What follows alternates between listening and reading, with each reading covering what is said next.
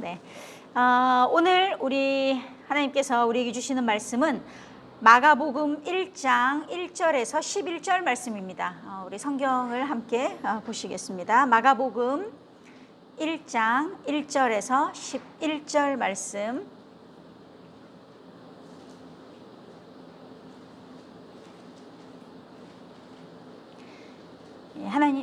하나님 말씀을 제가 봉독하겠습니다. 하나님 말씀을 경청하십시오. 하나님의 아들 예수 그리스도의 복음의 시작이라. 선지자 이사야의 글에 보라, 내가 내 사자를 내 앞에 보내노니 그가 내 길을 준비하리라. 광야에 외치는 자의 소리가 있어 이르되 너희는 주의 길을 준비하라. 그의 오실 길을 곧게 하라. 기록된 것과 같이 세례 요한이 광야에 이르러 죄 사함을 받게 하는 회개의 세례를 전파하니 온 유대 지방과 예루살렘 사람이 다 나아가 자기 죄를 자복하고 요단강에서 그에게 세례를 받더라. 요한은 낙타털 옷을 입고 허리에 가죽띠를 띠고 메뚜기와 석청을 먹더라. 그가 전파하여 이르되 나보다 능력 많으신 이가 내 뒤에 오시나니 나는 굽혀 그의 신발끈을 풀기도 감당하지 못하겠노라. 나는 너희에게 물로 세례를 베풀었거니와 그는 너희에게 성령으로 세례를 베푸시리라.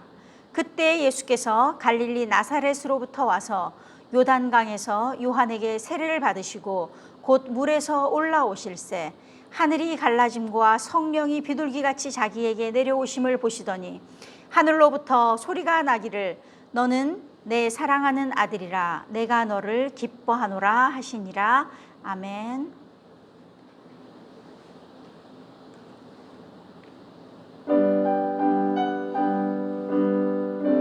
말씀하소서 여호와여. 함께 보시겠습니다. 말씀하소서 여호와여. 온 맘 다하여 듣겠나이다.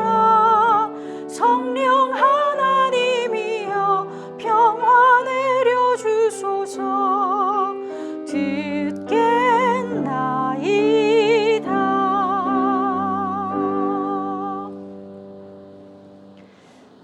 영화를 촬영할 때 감독들이 이렇게 말하는 세 가지 단어가 있습니다.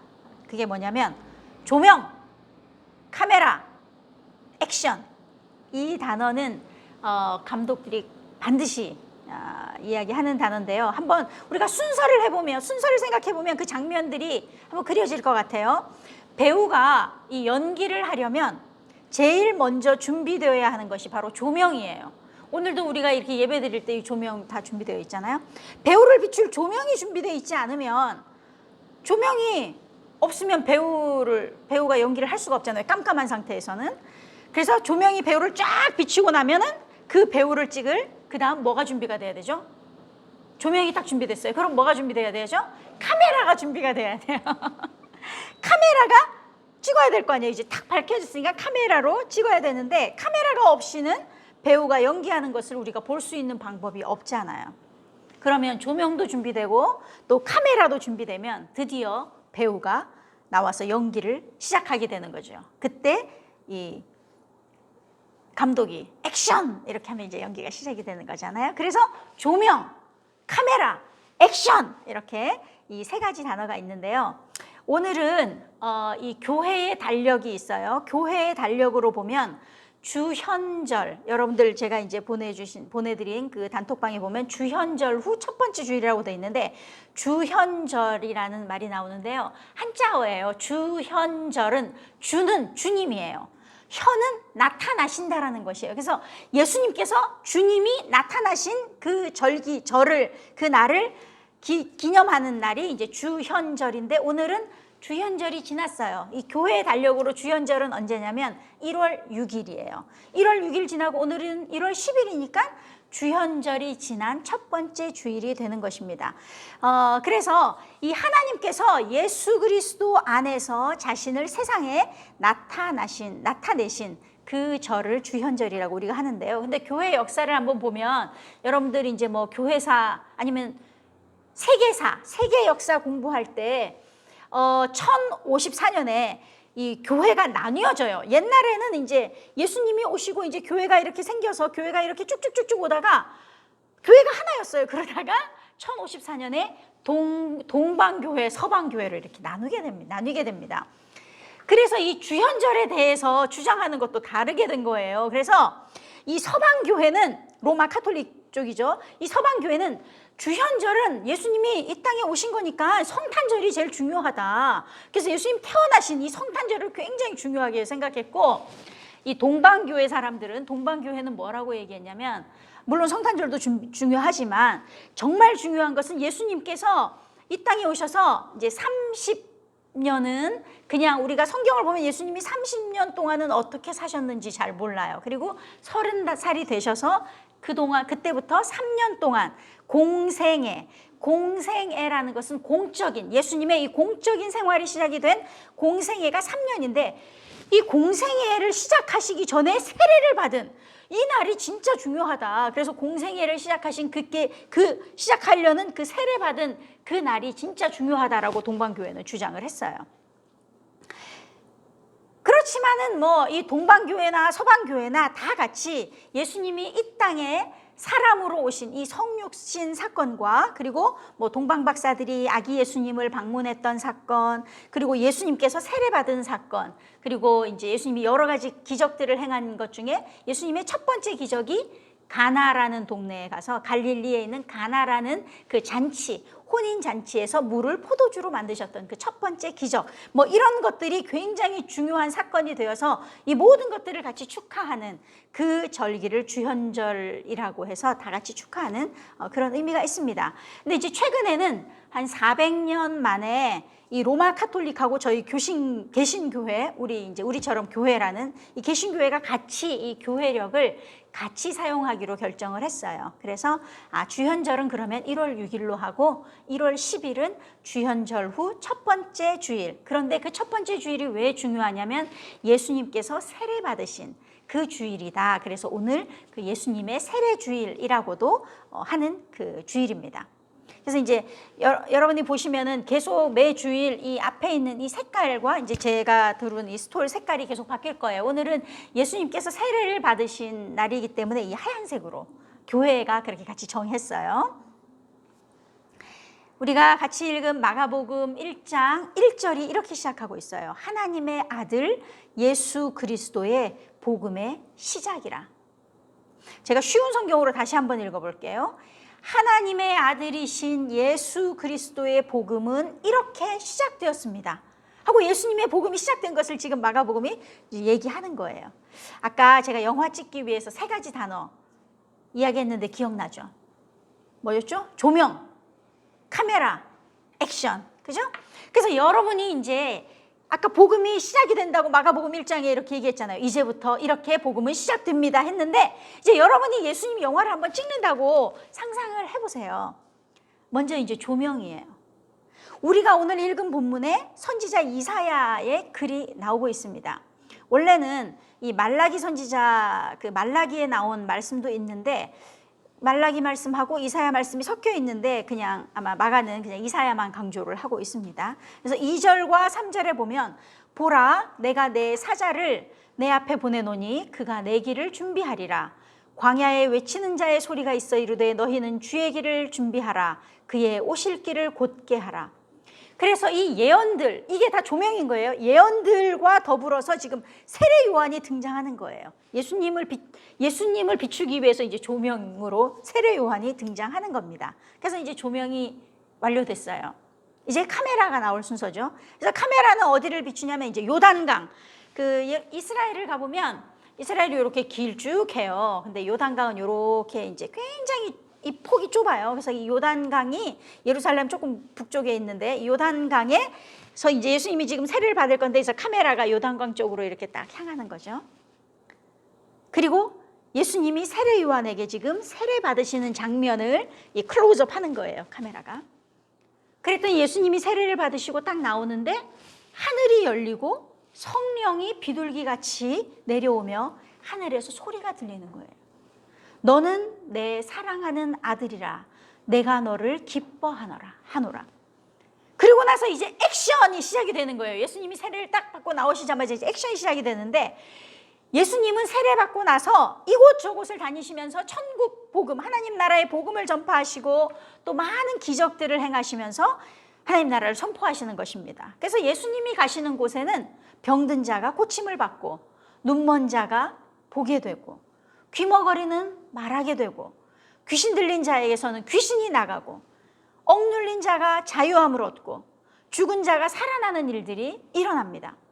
아무도 관심 가져주지 않는 이들을 예수님께서는 찾아가셔서 하나님의 자녀로 삼아주시고, 또 모두가 멸시하는 세리와 죄인들의 친구가 되어주십니다. 엄청난 예수님의 액션이 펼쳐지는 거예요. 그렇다면 근데 왜 여기서 예수님의 세례가 중요할까요? 아니, 그 전에 왜 예수님은 세례를 받으셨을까요? 원래 이 세례 요한이 사람들에게 주었던 세례는 회개의 세례예요. 왜냐하면 사람들은 누구나 죄가 있잖아요. 그래서 우리는 당연히 죄를 용서받아야 돼요.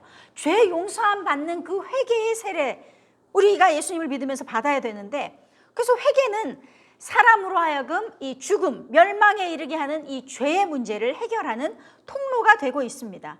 그렇기 때문에 온 유대에 있는 사람들, 그리고 예루살렘 사람들이 다 세례 요한에게 와서 세례를 받았다고 성경은 기록하고 있어요.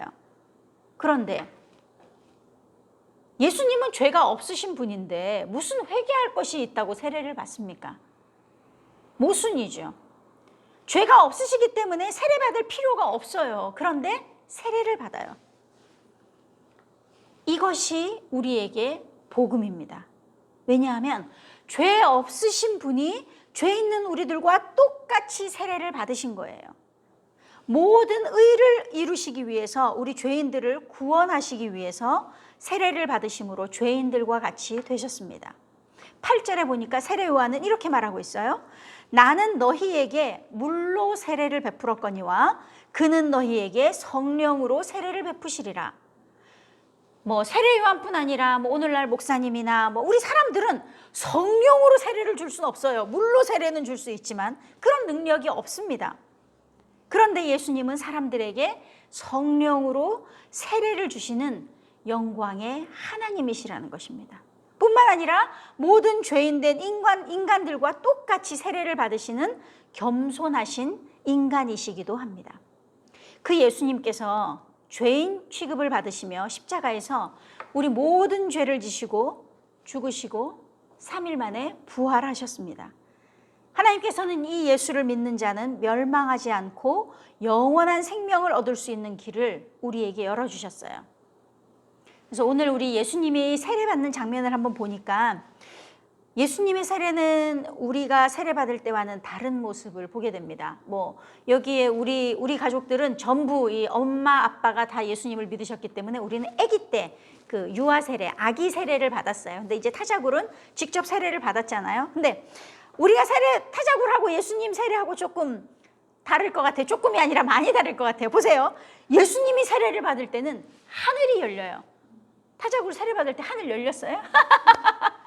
그리고 성령님이 비둘기처럼 예수님께 내려오십니다. 이런 경험도 없죠?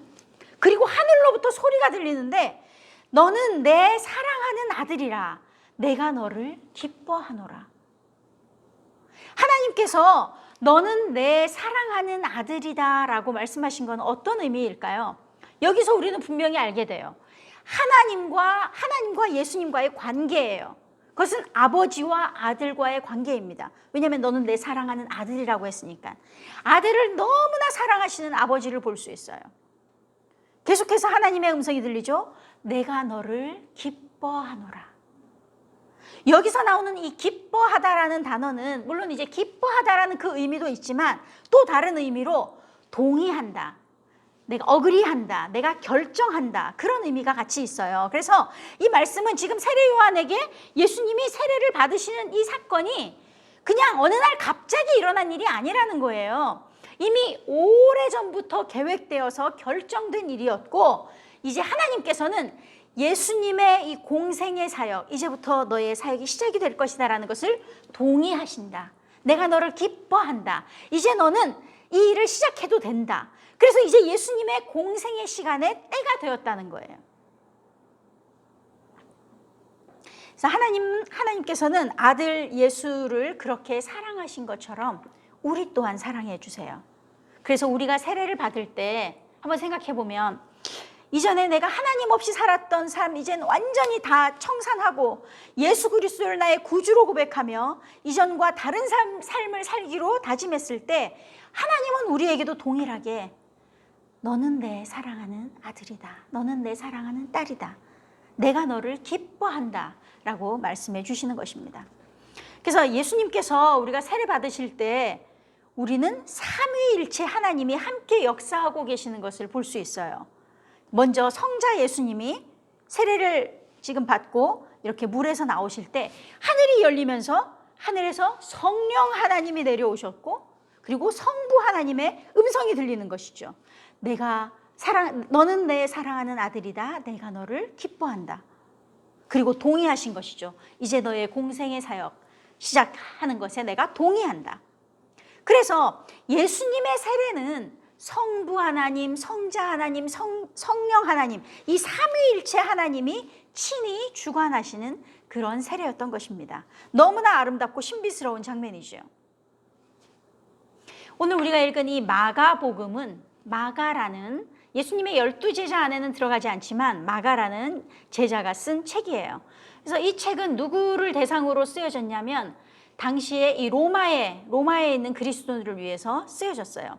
당시 로마는 이 네로 황제가 막 그냥 불 지르고 너무나 많은 그리스도인들을 이 박해하는 너무너무 크게 예수 믿는 사람들을 너무너무 박해했던 그런 사건이 있었어요. 그러니까 이 로마에 살고 있는 그리스도인들은 이 네로 황제의 이 박해로 인해서 너무너무 힘들게 신앙생활을 하고 있었던 것입니다. 그래서 이들에게 닥친 이 어려움과 이 고난을 어떻게 하면 믿음으로 이겨나갈 수 있을까? 그래서 마가가 제일 먼저 이들을 이제 위로하면서 말씀하시는 것이 예수님은 하나님의 아들이시다. 예수님은 하나님의 아들 그리스도이다라는 것을 마가복음에서는 굉장히 강조를 하죠. 그리고 뿐만 아니라 이 능력으로 행하는 기적들을 통해서 예수님이 하나님의 아들이시기 때문에 너희들 고난 가운데서 끝까지 신앙을 잘 지켜나가라 하고 이제 마가가 위로하지요. 근데 이 예수님이 하나님의 아들이시다 이것만 강조한 것이 아니라 마가는 그것보다 더 강조한 것이 있어요. 그렇지만 이 예수님은 이 세상에 그 능력으로 이 세상에 군림하는 이 폭군 같은 그런 군주가 아니라 오히려 종으로 오셔서 사람들을 섬기셨고 그래서 많은 사람들을 구원하시기 위해서 우리를 섬기러 오신 그 종이다라는 것을 강조하고 있어요. 그러면서 마가가 마지막으로는 그렇다면 하나님의 아들이시고 또 고난받는 이 종으로 오신 예수님 그 예수님의 삶을 따르려는 너희 제자들 어떻게 살려고 하냐 어떻게 살아야 되겠냐라는 그 도전을 우리에게 주고 있습니다. 예수님의 제자로 어떻게 살아야 할까요? 모든 사람 위에 높이 올라서 사람들을 부리는 갑질하는 그런 왕처럼 살 것인지 아니면 예수님이 걸어가신 그 종의 길, 섬김의 길을 살 것인지 우리는 결단해야 합니다. 그리고 결단했다면 그렇게 살아가야 합니다. 오늘은 정말 뜻깊고 감사한 날입니다. 우리 섬기며 사는 교회에서 첫 번째 예배를 드리는 날이기도 합니다. 오랜 기다림 끝에 오늘 이렇게 예배를 드리는데요. 제가 이 섬기며 사는 교회 이름을 지을 때 쉽지 않았어요. 어떻게 무슨 교회 이름을 지을까? 그러면서 이제 우리 카나 선생님 막 에스더 같이 막 우리 교회 이름 뭐로 할까? 막 이제 고민을 많이 했는데 제가 이 섬기며 사는 교회라는 이름을 생각할 때 하나님께서 제게 주신 말씀이 마가복음 10장 45절 말씀이었어요. 인자가 온 것은 섬김을 받으려 함이 아니라 도리어 섬기려 하고 자기 목숨을 많은 사람의 대속물로 주려 함이니라. 그래서 우리 주위의 이웃을 섬기며 살라고 약하고 소외된 사람을 섬기며 살라고 이 땅에 온 나그네들을 섬기며 살라고 우리 섬기며 사는 교회는 존재합니다. 하나님의 아들이시지만 종으로 이 땅에 오셔서 겸손히 섬기신 예수님 죄가 없음에도 죄 있는 우리들과 똑같이 세례를 받으신 예수님 하늘문을 여시어 너는 내 사랑하는 아들이다 내가 너를 기뻐한다 말씀하신 하나님께서 오늘 우리 섬기며 사는 교회가 하나님 말씀에 순종하여 이웃을 섬기며 나그네들을 섬기며 약하고 소외된 이들을 섬기며 살아갈 때 하나님께서는 동일하게 우리에게도 이렇게 말씀해 주실 것입니다. 너는 내 사랑하는 아들이다. 너는 내 사랑하는 딸이다. 내가 너를 기뻐한다. 기도하시겠습니다.